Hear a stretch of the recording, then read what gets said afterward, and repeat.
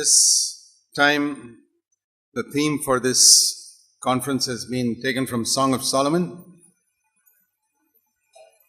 ప్రభుకి స్తోత్రములో ఈసారి ఈ అంశము ఈ ప్రత్యేక కూడిక నిమిత్తమే పరమగీతముల నుండి తీయబడినటువంటి వాక్యం.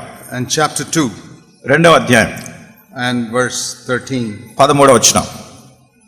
పరమగీతములు రెండవ అధ్యాయం 13వ వచనం. Please read. అంజూరపు కాయలు పక్వమగుచున్నవి, ద్రాక్ష చెట్లు పూతపట్టి సువాసనెచ్చుచున్నవి. నా ప్రియురాల సుందరవతి లెమ్ము రమ్ము. Now this is a word that can only be understood by those who want to have a bridal relationship with Jesus Christ. యేసుక్రీస్తు ప్రభువారితో ఎవరైతే పెండ్లి కుమార్తెగా ఈ సంబంధం కలిగి ఉంటున్నారో అటువంటి వారు మాత్రమే ఈ వాక్యాన్ని సరిగ్గా గ్రహించగలరు.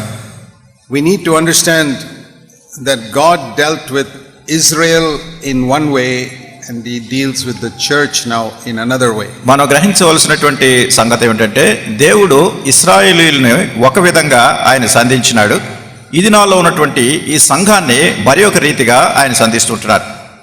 So you have in the Bible the Old Testament and the New Testament. కనుక బైబిల్లో పాత నిబంధన గ్రంథం ఉంది, క్రొత్త నిబంధన నూతన నిబంధన గ్రంథం ఉంది. And we can say the Old Testament is mainly about the way in which God dealt with Israel. మరి పాత నిబంధనలో ప్రాముఖ్యంగా ఇశ్రాయేలీయులతో ప్రజలు ఏ రీతిగా వారిని సంధించినాడు అనే సంగతులు అక్కడ ప్రాముఖ్యంగా ఉంటాయి. He dealt with them by the law that he gave them. వారికి అనుగ్రహించినటువంటి ధర్మశాస్త్రాన్ని అనుసరించి ఇశ్రాయేలు ప్రజలను ఆయన సంధించినాడు. So the big word in the Old Covenant is the law.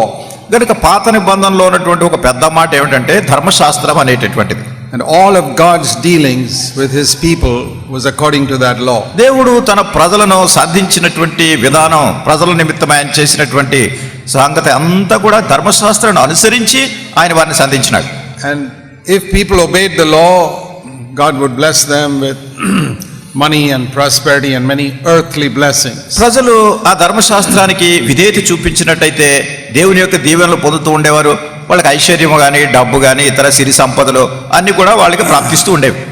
And if they did not obey the law, then God would punish them with sickness and famine and no rain and things like that. వారు ధర్మశాస్త్రానికి విధేయత చూపించకపోతే ఆశీర్వాదాలు వచ్చేవి కాదు, వాళ్ళకి రోగం వచ్చేది, కరువు వచ్చేది, వర్షం కురిసేది కాదు, ఎన్నెన్నో బాధలు కూడా వెళ్తూ ఉండేవారు.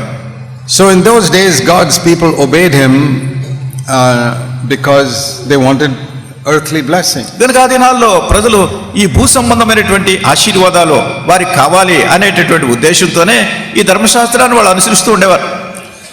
We can say the relationship between God and his people under the old covenant was like a master and a servant. కనుక ఒక మాటలో చెప్పాలంటే పాత నిబంధనలో దేవునికి ప్రజలకి మధ్యలో ఉన్నటువంటి సంబంధం ఏ రీతిగా ఉండేదంటే ఒక యజమానుడుకు ఉన్నటువంటి దాసుడు, వీళ్ళిద్దరి మధ్యలో సంబంధం ఎట్లా ఉంటుందో ఆ రీతిగా పాత నిబంధనలో ఉండేది. It's just like the way you work in an office or a factory.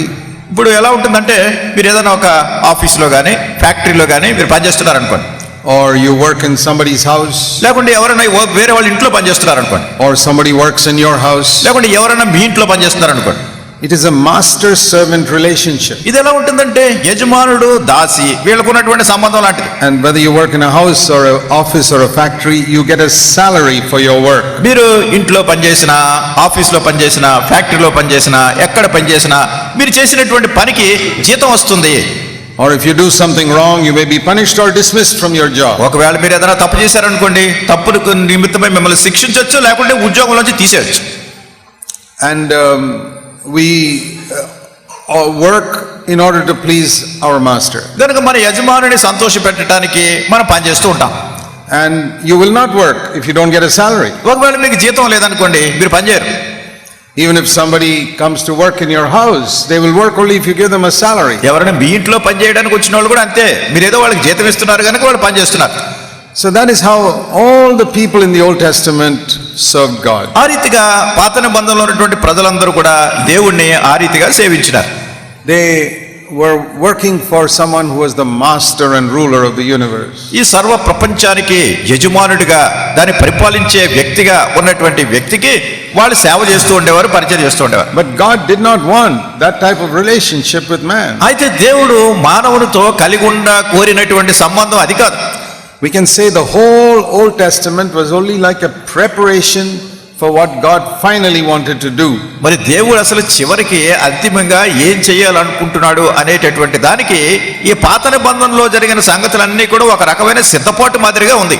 It was a preparation for the day when God would come to earth in the form of man as Jesus Christ. దేవుడు మానవునిగా యేసుక్రీస్తు ప్రభు అనేటటువంటి పేరుతో మానవ రూపంలో రావడానికి ముందు జరిగినటువంటి సిద్ధపాటు ఇదంతా పాత నిబంధనలో ఉన్నది.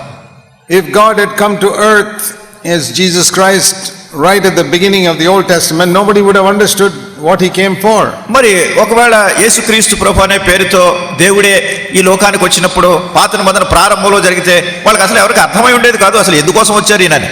But for 1500 years he taught Israel about how sin is so serious that you have to give an offering to God if you want to be forgiven. 1500 సంవత్సరాల వరకు దేవుడు ఇశ్రాయేలీయులకు రకరకాల పాఠాలు నేర్పిస్తూ వచ్చాడు. అసలు ఈ పాపం అనే దాన్ని పరిహరించాలంటే రకరకాల అర్పణలు ఏ రీతిగా చేయాలి అనేటటువంటి పాఠాలన్నీ నేర్పించుకుంటూ వచ్చారు. So they had a temple where every day some animal would be killed as an offering for people's sin. కనుక వాడు ఆలయంలో దేవుని మందిరంలో పాప పరిహారార్థమనే ఒక జంతువుని బలి అర్పిస్తూ ఇట్లా రకరకాల బలులు అర్పిస్తూ ఉండేవారు. So from childhood those Israelites recognized that sin is a serious thing. కనుక చిన్నప్పటి నుంచి కూడా ఇశ్రాయేలీయులు గుర్తించిన సంగతి ఏమిటంటే పాపం అనేది చాలా ప్రమాదకరమైన తీవ్రమైన సంగతి. Because they were seeing an innocent animal who did nothing wrong being killed. ఎందుకంటే వాళ్ళు చూస్తున్నారు ఏ తప్పు ఏ దోషము లేనటువంటి అమాయకమైనటువంటి జంతువు ఇక్కడ బలైపోతుంది. And every day one innocent animal is killed. ప్రతిరోజు కూడా ఒక అమాయకమైనటువంటి జంతువు బలైపోతుంది. And imagine children growing up and seeing this all the time. మరి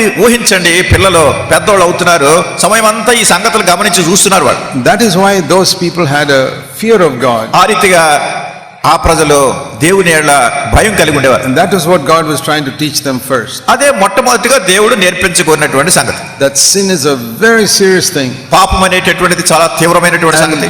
It was to teach them that God gave them the law.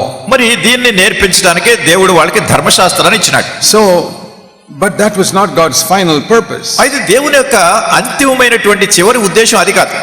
And it's very wonderful to see what God's final purpose was. మరి దేవుని యొక్క చివరి ఉద్దేశం ఏమిటో తెలుసుకోవడం అనేది చాలా ఆశ్చర్యకరమైన అద్భుతకరమైన సంగతి.